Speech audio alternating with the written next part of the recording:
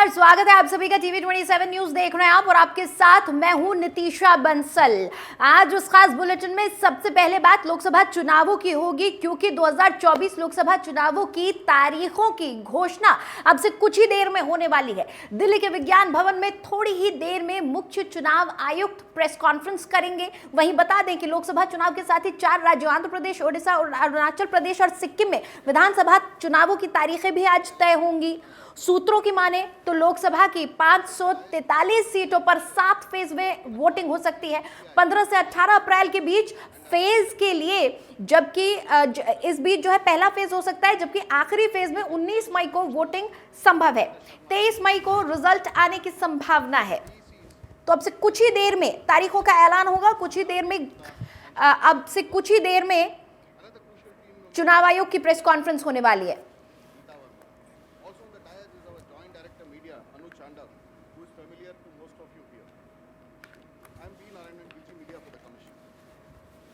As follows, there will be opening remarks by the CEC along with the presentation. We will share the PDF copy of the presentation with all of you after this event is over. The PC is also being live streamed on X along with the slides and live streamed on our YouTube and Facebook. Following this PowerPoint, there will be a question and answer session. तो बहुत जल्द तारीखों का ऐलान हो जाएगा, क्योंकि कुछ ही देर में प्रेस कॉन्फ्रेंस शुरू हो जाएगी और तय हो जाएगा, साफ हो जाएगा कि कब कहां चुनाव होने वाला है, कहां कितने चरण में चुनाव होने वाला है, किन तारीखों को मतदान होने वाला है।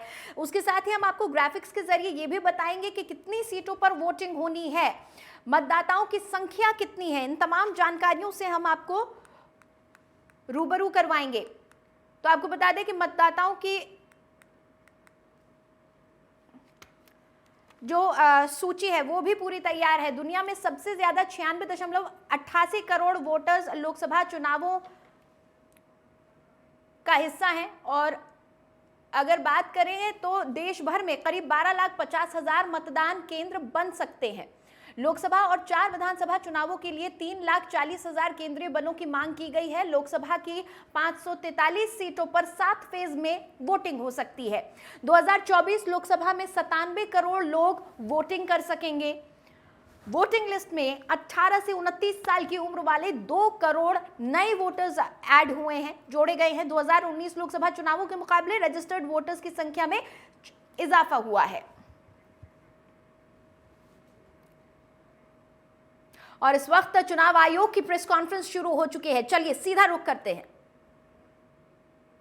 Press conference in this part of the year, we address you at a precious moment when we as a nation are set to reiterate our pledge to electoral democracy, when Indians will together express their will once again. This is historic opportunity for all of us. By the way, this year also marks a pivotal moment in the global landscape of democracies. 2024 is a year of elections across the world. Over 5 dozen nations and people will vote across the hemispheres, across the date lines. However, India's elections have been like a pole star, both for its quantity and quality, and I'll elaborate it in detail in this conference. दुनिया के सबसे बड़े और सबसे जीवंत लोकतंत्र के रूप में भारत पर सभी का ध्यान केंद्रित रहता है। जहां चुनाव एक त्योहार है जिसमें लोकतंत्र के रंग उभरते हैं और देश के सभी हिस्से उसमें समावेश होते हैं। चुनाव का पर्व, देश का गर्व। Let me say in the very beginning that it is our promise to deliver a national election in a manner that we add to our global shine and remain a beacon for electoral democracies across the world. We are committed to give the nation a truly festive democratic environment. Friends, the term of 17th Lok Sabha is due to expire on 16th June 24. The term of legislative assemblies of Andhra Pradesh, Odisha, Arunachal, Sikkim are also due to expire in June 24.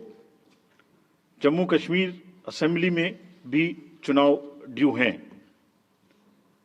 We in the Commission understand with all humility at our command, that every election is a new test, and failure is not an option.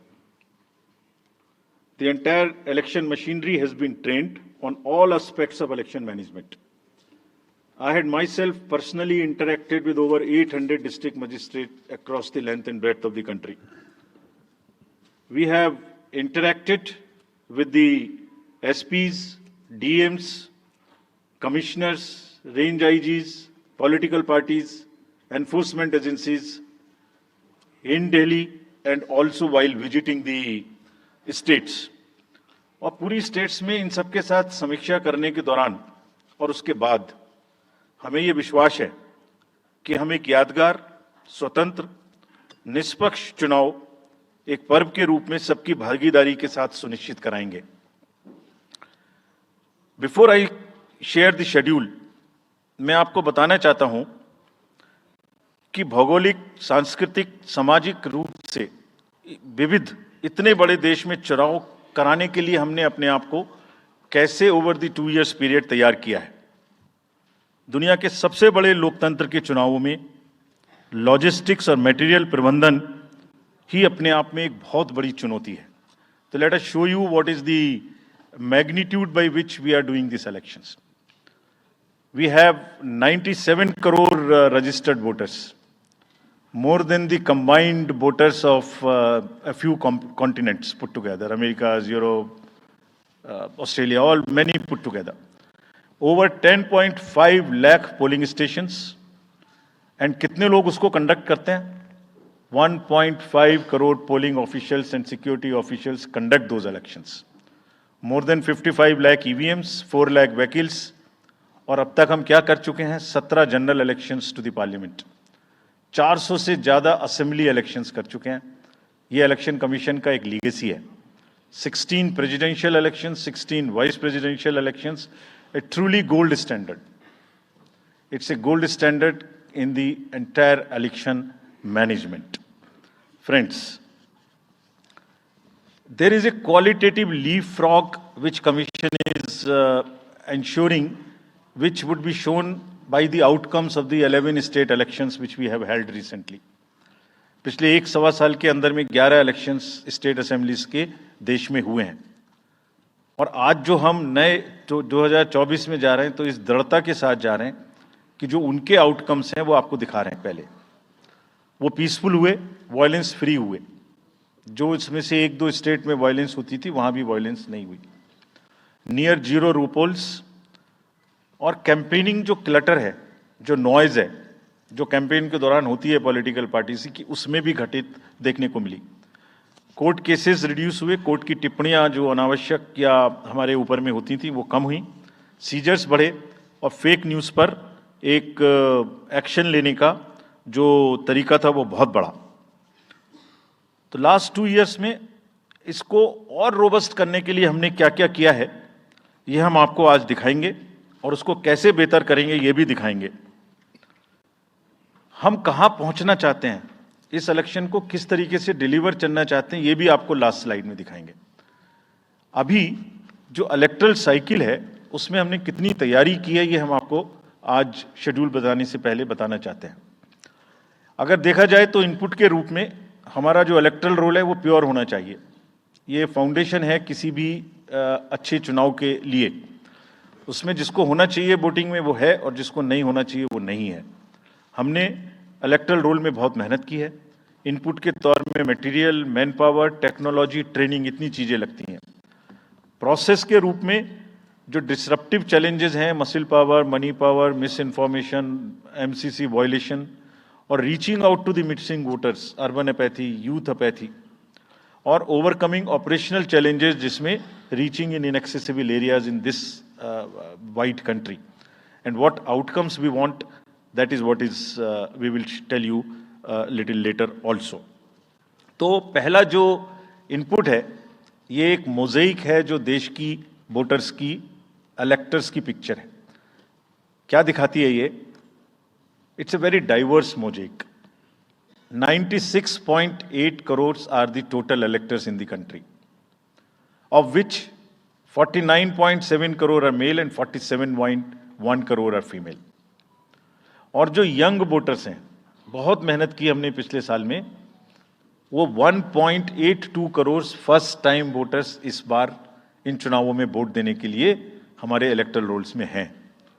और अगर इसको हम 20 से 29 साल के वर्ष में देखें, वो भी तो यंग ही हैं, कोई अभी बड़े तो हुए नहीं हैं, तो 18 से जो 29 हैं वो करीब 21.5 लाख वोटर हैं। 1.80 करोड़ 18 से 19 और 20 से 29 में 19.74 करोड़, यानी 21.5 करोड़ वोटर्स एब्सोल्युटली यंग, जो कि डेमोक्रेसी में भाग लेंगे और अपना फ्यूचर अपने से डिसाइड करेंगे, because they are the biggest stake holders in the democracy, because they have a larger time to contribute in the society. अगर हम देखें तो बहुत इंक्लूसिव करने के लिए there are 88.4 lakh persons with disabilities who are part of our voter list. We have made a special effort कि जितने हमारे मतदाता हैं उस तरह के उनको हम अपने इलेक्टोरल रोल में लेके आए। 82 लाख लोग ऐसे हैं जो 85 वर्ष से ऊपर हैं और वो हमारे प्राउड मतदाता हैं। We feel very proud to have them with us. और उसमें से 2,18,000 लोग देश में 100 वर्ष से अधिक के मतदाता भी हैं जो हमारे इलेक्टोरल रोल में। So the mosaic is, transgenders भी हैं 48,000। तो मोज़ेक इज लाइक 18 से 19, 20 से 28, 85 transgenders, person with disabilities, and in the entire country, length and breadth of the country. इस रिगरस जो प्रोसीजर है इसको बनाने में कितनी मेहनत लगती है, ये मैं दिखाना चाहता हूं कि हर स्टेज पे इलेक्टोरल रोल के प्रिपरेशन करते समय पॉलिटिकल पार्टीज को इन्वॉल्व किया जाता है, ताकि कोई हमसे ये ना प्रश्न कहे कि आपने अपने से इलेक्टोरल रोल बनाया और हमें बताया भी नहीं। So when the electoral roll preparation starts, we make a draft publication. We give 2 copies free of cost to the political parties. उसके बाद जितने फॉर्म 6, फॉर्म 7, फॉर्म 8, नया नाम जुड़ने के, डिलीशन के, मॉडिफिकेशन के, मेरा नाम बदल है, घर बदल गया, वो सब की कॉपी हम शेयर करते हैं, उसके मिनट्स बनाते हैं।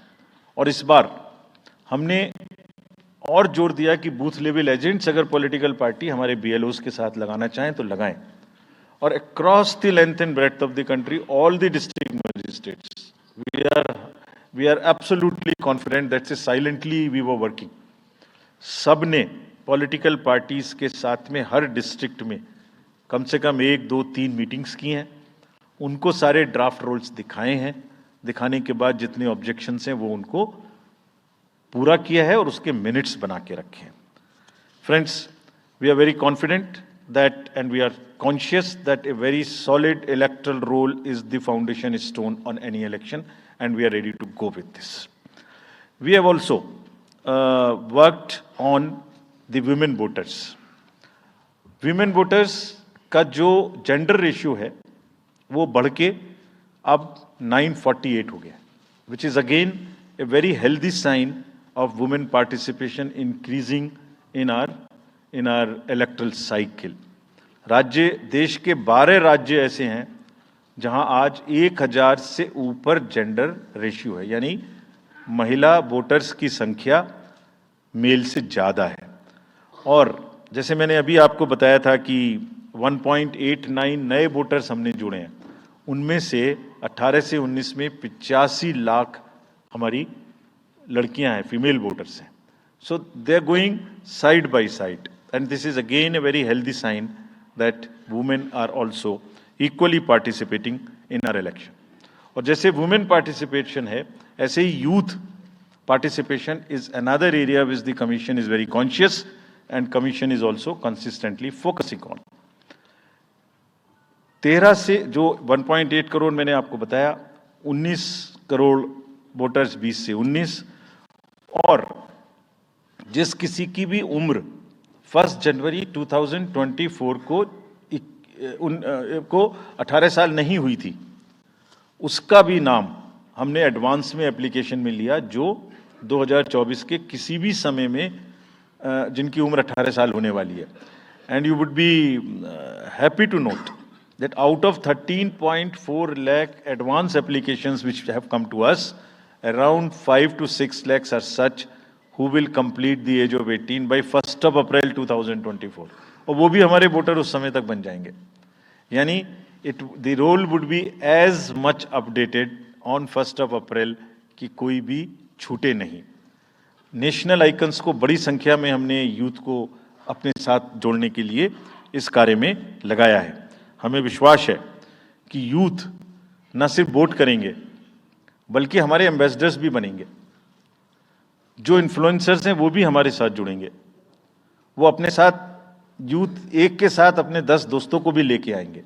और इस बार हम कन्विंस्ड हैं अपने डिफरेंट आउटरीच एक्टिविटीज़ की वजह से कि वो हमारे साथ ज़्यादा से ज़्यादा जुड़ेंगे। फ्रेंड्स, जब हम वोटर्स को अपने बूथ पे बुला रहे हैं तो हमारी ये भी ड्यूटी बनती है कि हम अपने बूथ को बहुत अच्छे से उनके लिए तैयार करके रखें। कैसे तैयार करें?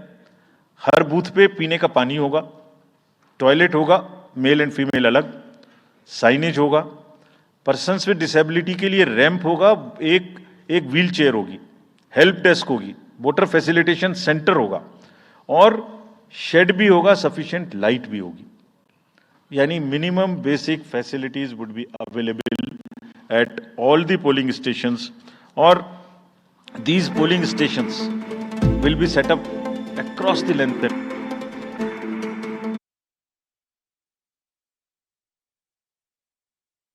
पश्चिम में राजस्थान के रेगिस्तान से लेके अरुणाचल के जंगल और मेघालय के वेटेस्ट रीजन इलेक्शन कमीशन देश के हर कोने में प्रजातंत्र को मजबूत बनाने के लिए अपने पोलिंग स्टेशन, अपने पर्सनल को लेके जाएगा and we will take democracy to every corner of the country and we are sure that we would make it a very overwhelming experience for our voters. And then the voters delight, polling stations इस तरीके के मिलने चाहिए जिसमें ये सभी चीजें आपको मिलें। Then how would we ensure that it is also inclusive? Inclusive in the sense 85 plus जितने वोटर्स हैं उनके हम घर जाके वोट लेने के लिए तैयार हैं। नॉमिनेशन से पहले सबके घर में हम फॉर्म 12D पहुंचाएंगे। देश के कुछ हिस्से में घर से वोटिंग हो चुकी है असेंबली इलेक्शंस में, कुछ राज्यों में अभी नहीं हुई है। अब इस बार पूरे देश में पहली बार ये व्यवस्था एक साथ लागू होगी कि जो 85 वर्ष से ऊपर के मतदाता हैं, जो पर्सन्स विद डिसेबिलिटी हैं 40 इयर्स एंड 40% से ज़्यादा की जिनको डिसेबिलिटी है, वो सब के पास हम फॉर्म पहुंचाएंगे। अगर वो ये ऑप्ट करेंगे कि वो फॉर्म वो बूथ पर नहीं आना चाहते, घर से करना चाहते, तो हम घर में जाएंगे, एक आदमी का वोट लेने घर में जाएंगे। हालांकि हमारा तजुर्बा यह है कि ज़्यादातर लोग उस एज के बूथ पर आना चाहते हैं because they have consistently been part of our democracy. उनको वॉलंटियर्स और व्हीलचेयर की सुविधा वहाँ उपलब्ध रहेगी। नाउ जब ये बूथ बनाए तो हमने अपने पर्सनल को, जो टीम्स हैं, उनको बहुत अच्छे से ट्रेन करके तैयार किया है। They are sentinels of democracy. I mean हमारे जितने एम्प्लॉयज़ हैं वो सब तैयार रहेंगे इस बात के लिए कि that wherever it takes they will walk an extra mile so that voters don't have to mile. पहाड़ के बर्फ में भी जाएंगे, जंगल में भी जाएंगे, नदी में भी जाएंगे, घोड़े पर भी जाएंगे, काठ के ब्रिज पर भी जाएंगे, हेलीकॉप्टर से भी जाएंगे, हाथी से भी जाएंगे, बर्फ में भी चलेंगे, म्यूल से भी जाएंगे। सिर्फ हर जगह पहुंचेंगे इसलिए ताकि वोटर अपना वोट दे सकें। मैं इसी क्रम में आगे थोड़ी अर्बन एपैथी की भी बात करूंगा। हम इतनी जब मेहनत करते हैं जाने में, हम देखते हैं जहां घर के नीचे बूथ है वहां पे बहुत सारे लोग वोट देने नहीं आते। ये उनके लिए भी एक उदाहरण है कि वो ये समझें कि वोट देना कितना जरूरी है। अगर हम 10 लोगों के लिए, 5 लोगों के लिए बूथ बना के इतनी मेहनत से जा सकते हैं, तो आप घर के नीचे उतर के जो 2 किलोमीटर के रेडियस में आपके पास बूथ है उसमें वोट देने जरूर आए। Friends, we are also very conscious about the sustainable elections as our responsibility towards the environment। तो environmentally sustainable elections हों, इसके लिए भी हमने डायरेक्शंस अपने इलेक्शन मशीनरी को दी है। वेस्ट मैनेजमेंट किसी भी पोलिंग स्टेशन पे पोलिंग के बाद में दिखाई नहीं देना चाहिए। आप उसको कलेक्ट करें, डिस्पोजल करें और टीम्स के साथ में send them to various disposal thing. It's part of the material arrangement। Minimal use paper का करें, मैक्सिमम हमारी ई बुक्स लागू हैं, आप कभी भी हमारी वेबसाइट पे देख सकते हैं, हर सब्जेक्ट पर ई बुक है। More and more carbon footprints को हम कम से कम किस तरह से कर सकते हैं, recycling, more and more less and less paperwork, all that is what is our commitment to the environment. We are also greatly leveraging technology in 3 verticals for the help of the voter, for the help of the election management agencies, machinery, and also for the political parties and candidates. कोई भी voter पूरे देश में उसका epic number से booth कहाँ है, उसका एपिक डाउनलोड करना है। If he has a mobile number seeded, he can download his और हर मोबाइल। कोई भी बीएलओ के बारे में कोई जानकारी लेनी है, one can go to the voter helpline app. You can know about what kind of a candidate you have in your constituency who are contesting. So there is an application called Know Your Candidate. तो उस candidate की कोई criminal background तो नहीं है, उसके खिलाफ में केसेस तो नहीं है, उनके क्या असेट्स हैं, क्या लायबिलिटीज हैं, ये सारी चीजें केवाईसी के एप्लीकेशन में वोटर्स को देखने का अधिकार है, उनको मिलेंगी। और जिस किसी का भी क्रिमिनल रिकॉर्ड है किसी भी कैंडिडेट का, उसको 3 बार न्यूज़पेपर्स में देना पड़ेगा, टीवी में देना पड़ेगा, और पॉलिटिकल पार्टी को भी ये बताना पड़ेगा कि आपको उस कॉन्स्टिट्यूएंसी में क्रिमिनल कैंडिडेट बैकग्राउंड के खड़ा करना पड़ा, तो बाकी क्यों नहीं मिला। आप बताइए, what is the basis of the selection of a candidate who has a criminal background. Then in order to clean up the entire system, we want to use the technology with the help of the citizens. Citizens, be please vigilant. So C-Vigil app में कोई भी शिकायत अगर किसी citizens को, किसी voter को करनी है, कहीं पर भी कोई पैसा बांटने का केस है, फ्रीबी बांटने का केस है, एक्सेस कैंपेनिंग का केस है, जस्ट टेक ए फोटो और type text, send it to us, we will capture your longitude and latitude ourselves. आप कहाँ पर खड़े हैं ये हम अपने से आपकी मोबाइल की लोकेशन से समझ लेंगे, और आपको 100 मिनट के अंदर अपनी टीम भेजकर जो आपकी शिकायत है उसका निराकरण हम आपको करने देंगे। फ्रेंड्स, इस सारी चीज को करने में हमारे सामने कुछ चैलेंजेस भी हैं। मैं आज आपके सामने उन चैलेंजेस की भी चर्चा करना चाहता हूं, और ये भी बताना चाहता हूं कि इसको हम कैसे ठीक करेंगे। तो मेनली 4 चैलेंजेस हमारे पास हैं, 4 M's: muscle, money, miss information and MCC violations. Essentially 4 किस्म के ब्रॉड जो हमारे प्रोसेस हैं, और इसी के संदर्भ में पूरा जो प्रोसेस अब आज से शुरू होगा और जब तक चुनाव खत्म होगा, तो इलेक्शन कमीशन का अधिकांश समय इन्हीं 4 चीज़ों में लगने वाला है कि how to control muscle power, how to control money power, how to control the menace of misinformation, and how to control the violations which are done or at least to be done under MCC. So coming to the muscle power को control करने के लिए adequate number of CAPF would be deployed. 24/7 एक नया प्रयोग हम इस बार कर रहे हैं। We are establishing, हम बिल्कुल डिटरमिन्ड हैं इस बार मसिल पावर को कम करने के लिए। चुनावों में हिंसा का कोई स्थान होना नहीं चाहिए और ब्लड बाथ बिल्कुल नहीं होना चाहिए। जहां भी हिंसा बची है, चाहे वो प्री पोल हो, चाहे वो ड्यूरिंग कैंपेनिंग हो, चाहे वो पोस्ट पोल हो, we are committed to kind of be very very alive to this situation. और जो भी हमें सख्ती से करना होगा इसके लिए हम करेंगे ताकि ये प्रोविजन ना रहे। हर डिस्ट्रिक्ट में एक कंट्रोल रूम बनाया गया जो दिन, उसमें 5 किस्म के फीड्स होंगे: TV, social media, webcasting which is on the booths, 1950 की लाइन जिससे शिकायत आती है, and grievances portal. So 1 senior officer would be available in the control rooms in every district to look at these 5 feeds. जहां से भी, और C-Vigil, 6th C-Vigil, जहां से भी कोई शिकायत मिलेगी उस पर सख्त कार्रवाई की जाएगी। एवरीवेयर अक्रॉस द कंट्री हमने बड़ी सख्त ताकीद दी है कि डिस्ट्रिक्ट मजिस्ट्रेट्स, एसएसपीज अपने एरिया में हिंसा को ना होने दें। जितने नॉन अवेलेबल वारंट्स आज की डेट में हैं, पुलिस उनको ऑलरेडी हमारे विजिट्स के साथ साथ ऑलमोस्ट एग्जीक्यूट कर चुकी है, कर रही है। साथ ही जितने हिस्ट्री शीटर्स हैं उनको भी बहुत तेजी से देख रही है। There is also a network of check post which have been set up in the international border, in the interstate border, and on the nodes from where some kinds of irregular, illegal goods can move across the states. In some international borders, there is also a drone-based checking which will happen. We are fully committed that हिंसा का कहीं कोई उपयोग नहीं होना चाहिए। हमने district magistrates को बहुत सख्त हिदायत दी है कि जितने लोग 3 साल से ऊपर हैं उन सबको आप बदल दीजिए पहले, और accountability starts from the head of the district, not below. ये उनका काम है कि जो नीचे हैं वो उनको देखें। किसी भी प्रोसेस में वॉलंटियर्स और कॉन्ट्रेक्चुअल स्टाफ किसी भी स्टेट ने लगाए वो इस्तेमाल नहीं होंगे।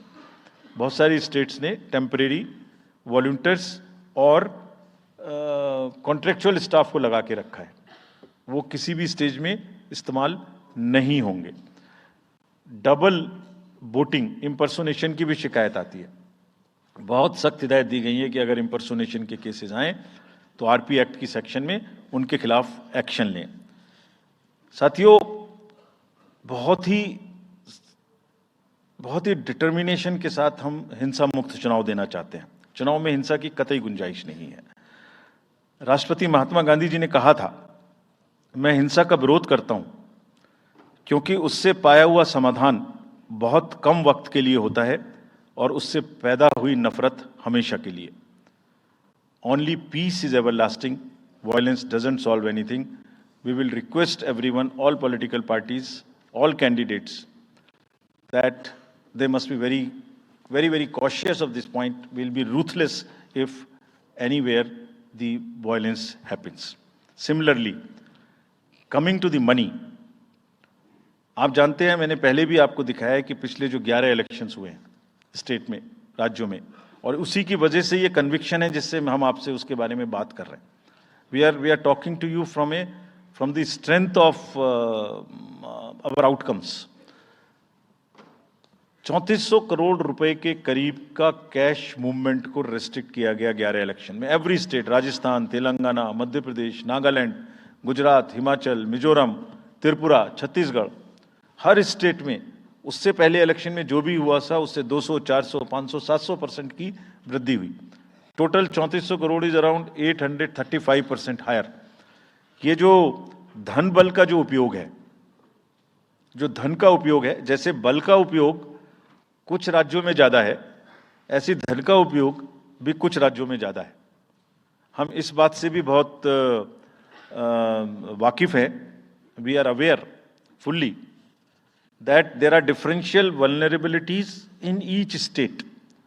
Some states have more violence, some states have more money, some states are more kind of a geographical problems. So whichever problem pertains to a particular state, based on this differential analysis, we would be having a differential level of treatment for that state. Misuse of money हम नहीं होने देंगे। इसके लिए भी हमने enforcement agencies को, सब स्टेट्स में एनफोर्समेंट एजेंसीज के साथ बैठक की है। दिल्ली में हम सब हेड्स ऑफ द एजेंसीज के साथ फिर से बैठक करने वाले हैं आज के बाद तुरंत। क्या कहा है उनको हमने कहा है कि जो freebies, liquor, cash, cooker, sari, machines, whatever kind of freebies किस किस स्टेट में बंटने की शिकायतें आती हैं, उसको 100% रोकें। रोकने के लिए एनालिटिक्स बेस्ड कार्य करें। So whom have we directed? GST, excise, state police, all agencies, income tax, customs, coast guards, BSF, SSB, border से जहां से भी जिसके नारकोटिक्स और जहां से भी फ्री भी आने की संभावना हो सकती है. GST would be doing the e-way bill based analytics to see if there is a trend of spurt in the demand for the FMCG in certain areas. Banks would look at if there is a spurt in demand of the cash in the chests. So, National NPCIL will look at if there is a spurt in demand for the payments from the wallets. Digital payment से तो पैसा नहीं जा रहा है. एक दो state में ऐसा भी देखने में आया था कि आप अपने वैलेट के थ्रू किसी को भी पैसे ट्रांसफर करते रहिए, 2,000 1,000 रुपये. All that we will be looking at. Banks would be sending almost daily report of the suspicious transactions which they have. All airports in the country would be checked regularly by the dedicated teams of income tax for any kind of movement through the airstrips. और जहां जिन राज्यों में air strips commercial के अतिरिक्त हैं, जहां helicopters land कर सकते हैं, we have asked and we have got actually the bureau of civil aviation of security to issue detailed instructions कि जिस किसी क्षेत्र में हेलीकॉप्टर या चार्टर्ड फ्लाइट उतरेगी, वहां जो भी सामान उसके अंदर में उसकी as per the directions, as per the instructions and guidelines of the BCS, almost equal to the commercial airports, checking होगी. Railways, RPF, GRP, both will be simultaneously, continuously looking at. Roads. So, cash or money, जो भी धन बल का दुरुपयोग करना चाहेंगे. Political finance, in any case, is a thing which is in news these days. So, this is our effort to add to that thing so that there are much more cleaner elections. Coming to the third M, which is the misinformation. This also troubles us a lot during the elections. While we are conscious of two facts, that the social media helps us in taking out our outreach programs. जितना हम youth, women, voters को अपने पास लाने की कोशिश करते हैं, उस माध्यम को यूज करते हैं. We are also conscious that on social media, in democracy, there is a full freedom to criticize anybody, including criticizing us. Why not? If we are doing wrong, criticize us. But you should not be allowed to create fake news which is not based on facts, because it can disturb the public order. ये अफवाहें फैलाते हैं. तो हमने सबको instructions दी हैं, किस किस्म का इंस्टीट्यूशनलाइज तरीका किया. ये कुछ इस तरीके की नई चीजें हैं जो इस बार के चुनाव में सबको देखने की मिलेंगी. मैंने मसल पावर के बारे में भी बताया, मनी पावर के बारे में भी बताया, मिस इन्फॉर्मेशन के बारे में. तो ये जो प्रोसेस है इलेक्शन का, जो आज से शुरू हो रहा है काउंटिंग के बीच तक, जिसमें शोर शराबा, गंदगी की संभावना बनी रहती थी, वो हमारा प्रयास है कि कम से कम हो. उसके प्रति हम बहुत ज्यादा सजग रहें.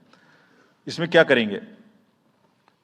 Under Section 69 and 79(3) of the IT Act, authorized authority of each state is empowered to ask for takedown of the social media posts. In almost all states, authorized officials have been appointed or are being appointed. In each district, we have done thorough trainings as to how to deal with this kind of a menace. So this is on the preventive side. But there is also a promotional side. All our entire machinery will now react to whatever is coming by facts. We will try and join the issue instead of being in the background. If somebody is trying to do a fake kind of a narrative, which is disturbing the level playing field, which is disturbing the public order, or which is not based on the facts, and which has crossed the line of the criticism, we would be also joining them. We will also launch very soon on our website something called Myth versus Reality. This is going to be live very soon. Means, ये myth फैलाया जा रहा है, ये उसकी reality है. हम अपनी तरफ से आगे बढ़ के आपको educate करेंगे कि ये उसकी reality है. और सोशल मीडिया के बारे में आप सबसे भी एक अपील है कि थोड़ा देख लें. मतलब जो आया उसको आगे नहीं करना चाहिए। इसमें एक बहुत बड़ा झूठ का बाजार भी है। मैं इसके बारे में सोच रहा था तो मैंने कुछ चंद लाइनें लिखी थी जो आपको बताना चाहता हूँ। झूठ के बाजार में रौनक तो बहुत है, गोया बुलबुले जैसी तुरंत ही फट जाती है। पकड़ भी लोगे तो क्या हासिल होगा सिवाय धोखे के। तो उसको थोड़ा रोक के देखें, समझ लें आगे बढ़ाने लायक है कि नहीं है, ना बढ़ाएं। Now friends, the last problem, चुनाव के दौरान हमारे सामने एक और बहुत बड़ी समस्या है, और वो समस्या है चुनावी प्रक्रिया का पॉलिटिकल डिस्कोर्स का घटता हुआ स्तर, जिसमें as we call it, it's a plummeting level of the political discourse. अगर हमने सब पॉलिटिकल पार्टीज को बहुत स्ट्रांग एडवाइजरी इशू की हैं, आप पूछेंगे कि एडवाइजरी तो दी, उसके बाद एक्शन क्या होगा, उसका भी जवाब मैं आपको दूंगा। एडवाइजरी इशू की हैं जो भी पिछले 11-12 इलेक्शंस में, एक्चुअली जो पिछले 5 साल में जितने भी एमसीसी के वायलेशंस होते रहे उसको हमने इकट्ठा करके एक फाइनल एडवाइजरी दी है before the 24th। So this is how we have set our grounds, and what we have done in that, we have set, we are putting political parties on notice. Means we have asked political parties to give copy of our guidelines to each star campaigner. Political parties के जितने भी बड़े नेतागण star campaigners हैं जो campaigning करेंगे, उनके व्यक्तिगत नोटिस में हमारी गाइडलाइंस ले आइए। ये जिम्मेदारी हमने पॉलिटिकल पार्टीज को दी है। So now what is happening, we have put them on notice and we will presume knowledge of the guidelines. These are the two fundamental changes which we have made silently. People were asking, you issued so many notices last time, did nothing. You left it at that. That was a moral censor. Now we will go beyond. We will go beyond, and here we have said we will also look at the past. We will also look at the history. We might look at a calibrated approach dealing with the MCC violations, which may be, जो MCC violations किस प्रकार की हो सकती हैं। I mean statements which should inspire rather than divide, issue based campaign हो, hate speeches, religious speeches, private life का criticism is what is absolutely avoidable. People should be refraining from giving unverified and misleading advertisements or masquerading as an advertisement as a news. इसमें हमने editors को भी advisory issue की है। वो एक newspaper में बड़ा बड़ा ऊपर में छप जाता है कि इसकी लहर और उसकी लहर। अगर ऐसा है तो साफ साफ लिखें कि ये एडवर्टाइजमेंट है। Let it not pass through advertisement. We have issued these advisories. Now the time is during this election to go beyond advisories, take concrete action for which in the advisories there are relevant sections of the acts which are also inbuilt. So notice is there, knowledge is there, sections are there. So please, our request is कि campaigning के दौरान please don't try to cross the red line. ये वैसे भी इसलिए जरूरी है that in this digital world जो भी एक बार मुंह से निकलता है उसका रिकॉर्ड तो 100 साल तक के लिए पैदा हो गया, वो बार बार चलता रहता है। So please avoid creating digital memory of bad words which are coming from your mouth. Please be civilised during the election, this is what is our advice. और एक बार जब लड़ाई झगड़ा होता है ना, तो प्रेम का धागा टूट जाता है, और जब प्रेम का धागा टूट गया तो बड़ी मुश्किल होती है। रहीम ने कहा था, रहीमन धागा प्रेम का मत तोड़ो छिटकाए, टूटे से फिर ना मिले गांठ पड़ जाए। तो क्यों ऐसी गांठ बांधनी है? थोड़ा प्यार मोहब्बत से कैंपेनिंग करें, शोर शराबा कम हो।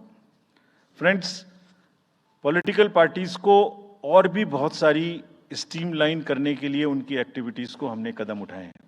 ये मैं पिक्चर आपको इसलिए दिखा रहा हूं कि हर फील्ड के अंदर में we are ready that how we would control this.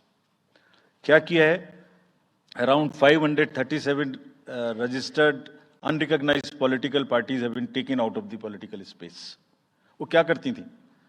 किसी के नाम में कैंडिडेट खड़ा कर दिया, गाड़ियों की परमिशन ले ली, दूसरा कोई यूज कर रहा है, किस्म किस्म की भांति एंटाइटलमेंट ले लिया, भांति भांति का वो देवर cluttering the political space crowding out the genuine persons. So that is what it has been done.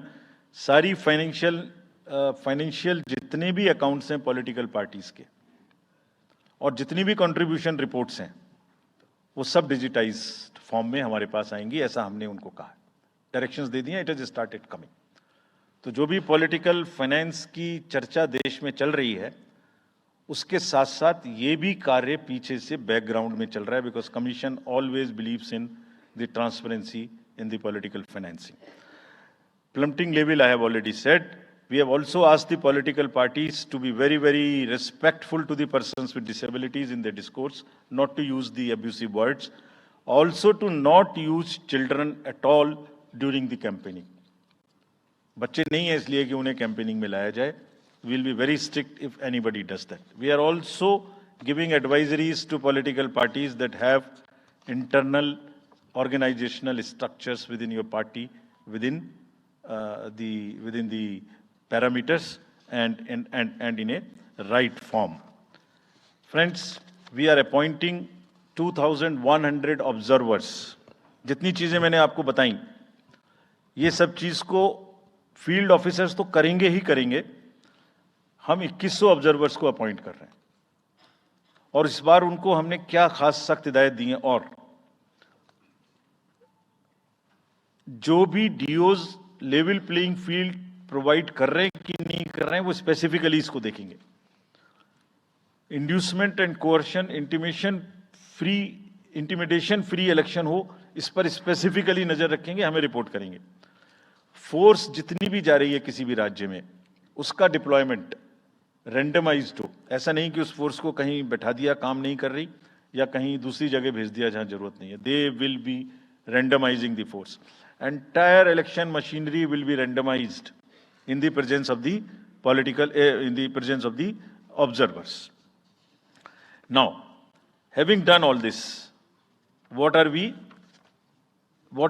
जैसे मैंने पहली स्लाइड में बताया था, तो what are we expecting, हमारे elections कैसे होंगे? So, let me show you this. What is our effort? What is our endeavor? As a last slide, let me show you. There are reduced repolls, that is what we are endeavoring. Zero violence, that's what we are endeavoring. No inducements, इस पे कार्य हो. Fake news curve की जाए. Campaigning clutter और बदमिजाजी कम हो और लोगों का पार्टिसिपेशन बढ़े. जो 67% पार्टिसिपेशन था वो बढ़ के अधिक से अधिक पहुंचे. With this, I would like to, in the end, appeal to the voters that elections belong to you. बहुत मेहनत की है हमने 2 साल में, आगे भी करेंगे, लेकिन दामोदर अब आपके हाथ में है. We are handing over the baton to you. Please come and vote. Political अपने जितने भी हमारे चुनाव कराने कर्मी जाएंगे उनसे मैं फिर से एक बार अपील करना चाहता हूं, आज सुन रहे होंगे कहीं ना कहीं, कि लेवल प्लेइंग फील्ड प्रोवाइड करना उनका परम धर्म है. इसमें से कतई भी कोताही ना बरतें. उनको बताया गया है, इंस्ट्रक्शंस दी गई हैं, अगर बरतेंगे तो will be ruthless in dealing, because majority ऐसा नहीं करती. अगर 1-2 करेगा तो उसकी वजह से हम अपने इलेक्शंस को बदनाम नहीं होने देंगे. Will be ruthless. And lastly, my appeal to the political parties again. We are very committed for ethical political discourse. I would like parties to again appeal that please maintain decorum in campaigning and refrain from abuses and personal attacks. राजनीतिक दलों को बहुत personal attack से बचना चाहिए. फिर मुझे बदर साहब का एक शेर याद आता है, दुश्मनी जमकर करो लेकिन ये गुंजाइश रहे.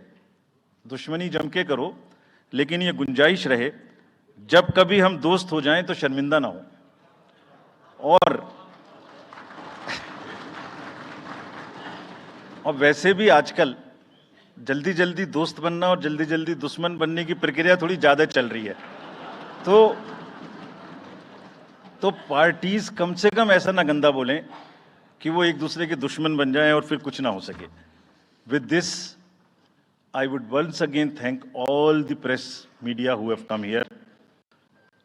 Very sincerely, this is what I have seen in now 3.5 years. You are are natural allies, you are eyes and ears. हमारा कोई क्रिटिसिज्म होता है आप करते हैं, हम अपनी बात कहते हैं आप करते हैं। आप ही के थ्रू हम वोटर्स पे पहुंच सकते हैं। प्लीज वोटर्स तक हमारी बात पहुंचाइए, उनको बाहर निकलवाइए। ये सारी स्लाइड्स, सारा प्रेजेंटेशन आपको अभी तुरंत इसी माध्यम से हमारी वेबसाइट पे मिल जाएगा। Download, use it in your stories. कुछ और चाहिए तो हमें बताइए, हम देंगे। Now I come to the schedule which you were waiting, and I hope I didn't delay it. I have not bored you by what I said. So now we'll be announcing schedule in 3 phases. First, for the by-elections.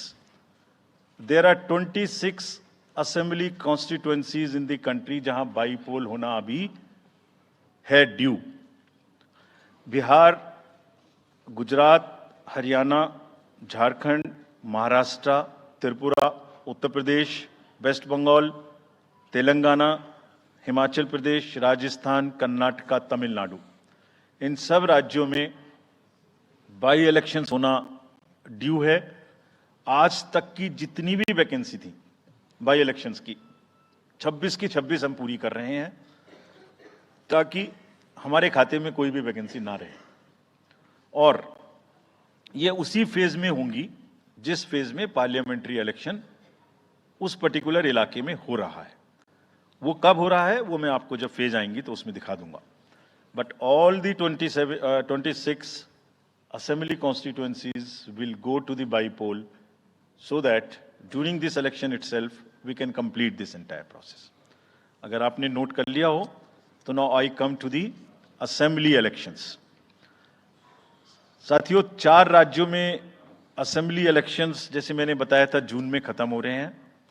Sikkim जो 2 जून को with 32 assembly seats, Orissa June 24th June with 147 assembly constituencies, Arunachal Pradesh on 2nd of June with 60 assembly constituencies, Andhra Pradesh on 11th June 24 with 175 assembly constituencies. These are the simultaneous elections to the parliament.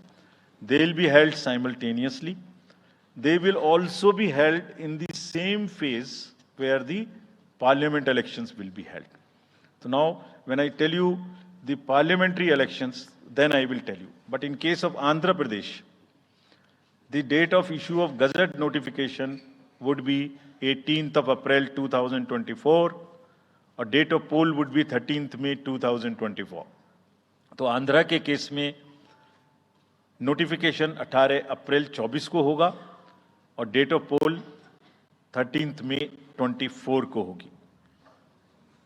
इसके बाद अरुणाचल प्रदेश में date of gazette notification 20 मार्च को होगा और date of पोल 29 अप्रैल को होगी। 20 मार्च को gazette notification, 29 अप्रैल को डेट ऑफ पोल। सॉरी 19 अप्रैल को, 20 मार्च 19 अप्रैल। इस प्रकार सिक्किम में भी 20 मार्च और 19 अप्रैल, 20 मार्च को नोटिफिकेशन, 19 अप्रैल को डेट ऑफ पोल। उड़ीसा में first notification, this will be conducted in phases, and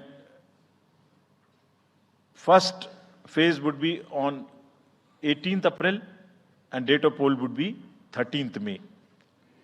5th phase में होगा second phase of the assembly of Odisha 26th April and 20th May.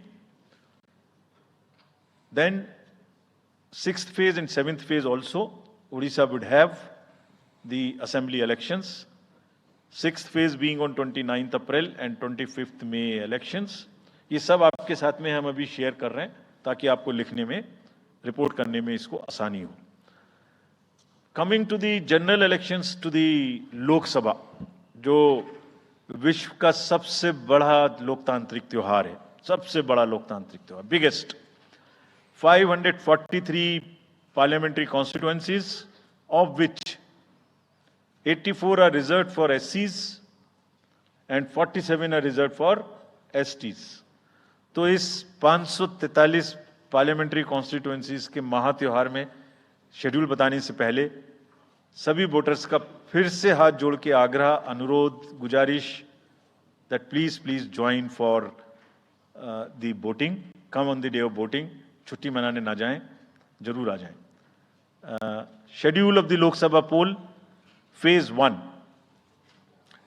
We'll do it in 7 phases, as was done last time.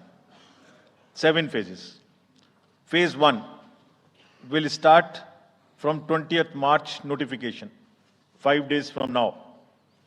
And last date of withdrawal would be 30th March and date of poll would be 19th of April.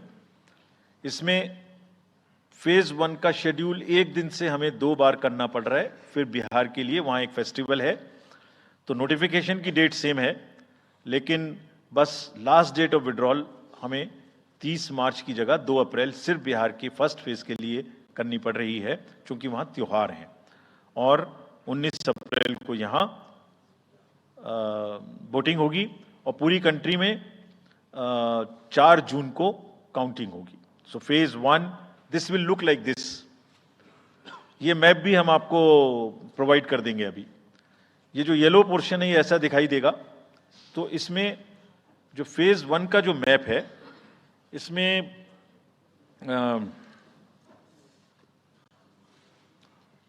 North east नीचे Tamil Nadu, Rajasthan, centre में छत्तीसगढ़, मध्य प्रदेश और उत्तराखंड, और ऊपर में जम्मू कश्मीर की 1 parliamentary constituency. ये yellow first phase का आपके सामने में मैप है. सेकंड फेज और फर्स्ट फेज में 21 स्टेट्स जाएंगी पोल में. Second phase notification will start on 28th of March and date of poll will be 26th of April.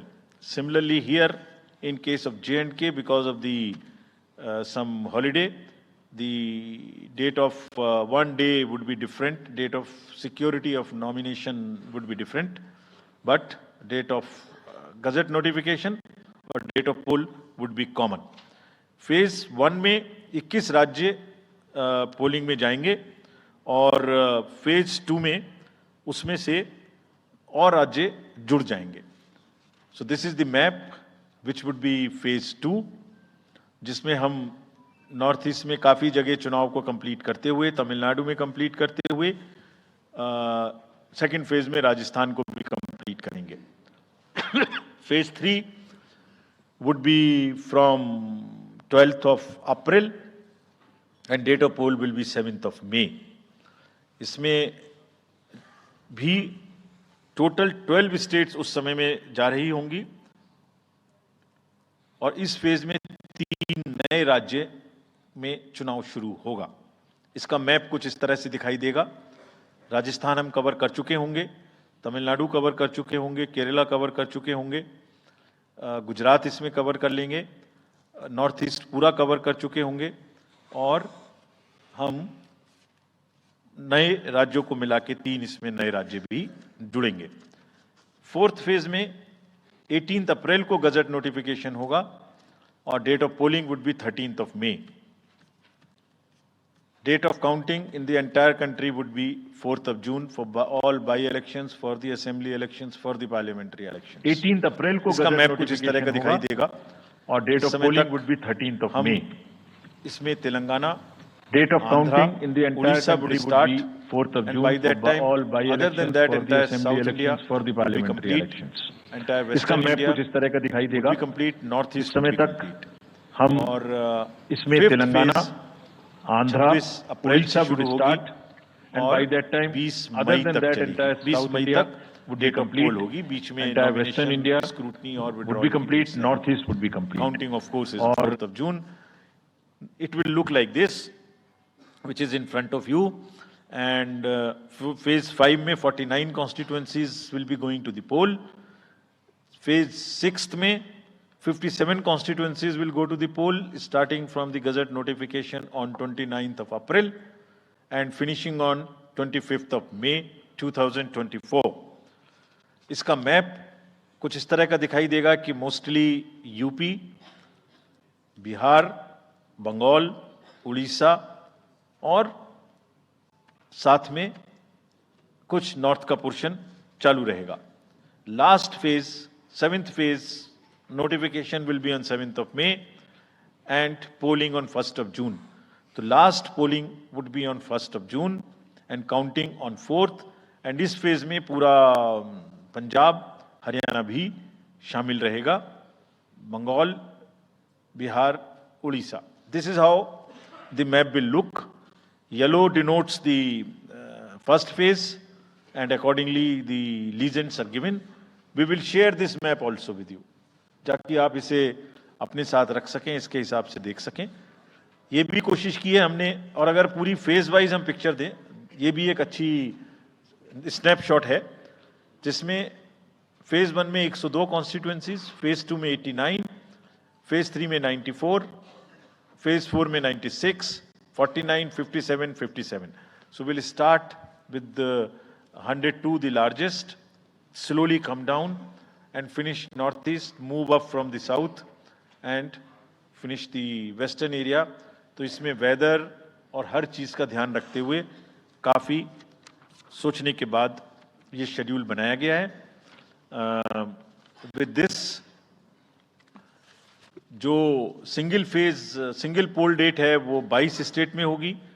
2 राज्य 4 बार में जाएंगे, कर्नाटका, राजस्थान, त्रिपुरा, मणिपुर। 3 फेज में 2 जाएंगे, छत्तीसगढ़ एंड असम। 4 फेज में 3 जाएंगे, उड़ीसा, मध्य प्रदेश, झारखंड। 5 फेज में 2 जाएंगे, महाराष्ट्र एंड जम्मू कश्मीर। जम्मू कश्मीर की हर पार्लियामेंट्री कॉन्स्टिट्यूएंसी के लिए 1 फेज होगी। और 7 फेज में 3 जाएंगे, Uttar Pradesh, Bihar and West Bengal. With this friends, I and my address and thank you very much. Thank you, sir, for those detailed remarks. Please hold on. So, you raise your hands, हाथ खड़ा कर दीजिए, माइकर्स आपके पास आएंगे। तो we will start with you in the first row. Where are the micers? आप आइए, इनको दे दीजिए। जो CC sir will take 4-5 questions at one time. So after that we'll take the next person. Yeah. Sir, मैं मोहित दुबे हूँ news nation से। Sir, मेरा सवाल ये है कि आपने 7 चरणों में मतदान ये करवाया है, बहुत बड़ी चुनौती है क्योंकि दुनिया का सबसे बड़ा लोकतंत्र हिंदुस्तान है। अपोजिशन पार्टियां जो हैं ये आरोप लगा रही हैं कि 7 चरणों में क्या ज़रूरत है और इसकी वजह से सत्ताधारी दल को फायदा होता है। और छोटा सा सवाल सर एक और है कि ईवीएम को लेके लगातार अपोजिशन धरना दे रहा है, सवाल उठा रहा है। आप हमेशा ये कहते रहे कि निष्पक्षता के साथ आप मतदान करवाते रहते हैं ईवीएम के माध्यम से, तो उनके सवाल के बारे में आप क्या जवाब देंगे? आप ये जो लाइट जैकेट पहने हैं सेंटर में, इनको दे दीजिए। जो जस्ट होल्ड ऑन। सर, मेरा नाम रविंद्र सिंह शोरान है। I would like to ask कि जो आपने बताया कि 3500 करोड़ रुपए को सीज किया, उसके बाद कार्रवाई कितने लोग जेल गए, कौन कौन सी पॉलिटिकल पार्टीज इन्वॉल्व थी, और जो लीकर सीज किया गया उसमें कितने केसेस रजिस्टर हुए, उसकी डिटेल्स इलेक्शन कमीशन हमारे साथ कभी शेयर करता नहीं है after the election happens. This lady in the front या इधर मिडिल में जो है, इनको माइकर्स, इनको दे दीजिए, या इनको दे दीजिए। हाँ, please switch on your mic.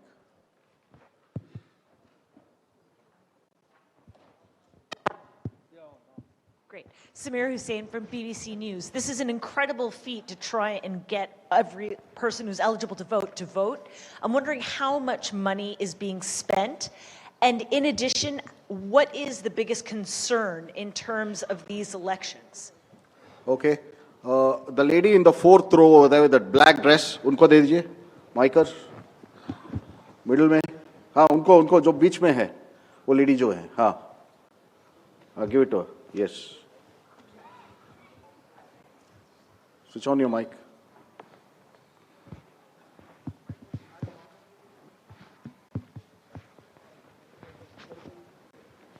बताओ इन्हें माइक ठीक करके रखें।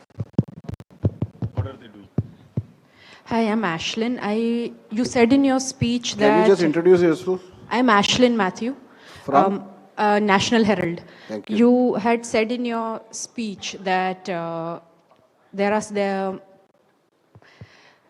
should be no hate speech. There will be a calibrated approach to code violations. But there have been several complaints against the Prime Minister and Amit Shah, but none of the ECA has not taken action against them. But you have taken action against the opposition leaders. So even if you take a calibrated approach, so won't it be the opposition leaders who get picked up more, who will get notice from you more than the ruling party leaders? Yeah, the gentleman in the second row here. Yeah, please. Yeah, mic is live. Hello. Sir, Venkatraman from Dinamala, from Tamil Nadu. Sir, every election you are getting new experience regarding the control of money power. How are you going to control the money power? For example, last election 2019, at Vellore constituency, the candidate Kadir Anand, from his place, crores and crores of rupees money has been recovered from him. But what kind of action has been taken against him? And he's going to be the future candidate from the same constituency. Let me first take the answers of these questions of the first round. First question ये था कि 7 phase में election क्यों? और opposition parties का ये आरोप है कि 7 फेज में होने से लेवल प्लेइंग फील्ड डिस्टर्ब होती है, किसी को फायदा होता है। एक बार कभी पूरी कंट्री का भौगोलिक और ज्योग्राफिक इतिहास और ज्योग्राफिक स्थिति को नजर डाल के देखिए। नदी, नाले, बर्फ, पहाड़, जंगल, गर्मी, सिक्योरिटी फोर्सेस का मूवमेंट कभी सोच के देखिए। They'll be moving like within 3 to 4 days between the gap in the phases, they will walk length and breadth of the country. उनके ऊपर प्रेशर कभी देखिए कितना होता होगा। कभी इलेक्शन मशीनरी की पूरी प्रोसेस, कभी एग्जाम्स, कभी फेस्टिवल्स, होली, रमजान, रामनवमी, पता नहीं क्या क्या फेस्टिवल्स बीच में है।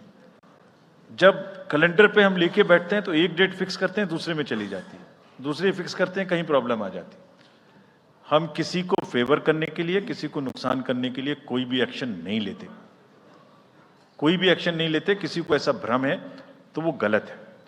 हम फैक्ट्स पे बात कर सकते हैं। जहां की जो मैंने कहा था, हर राज्य अपने आप में अलग अलग है। किसी राज्य में 1 में भी है, किसी राज्य में 7 में भी है। जिन राज्यों में 7 में है वहां का विस्तार बहुत बड़ा है, नंबर ऑफ पार्लियामेंट्री कॉन्स्टिट्यूएंसीज बड़ी हैं, कंटेस्टेशंस ज्यादा हैं, इसलिए वो 7 में है।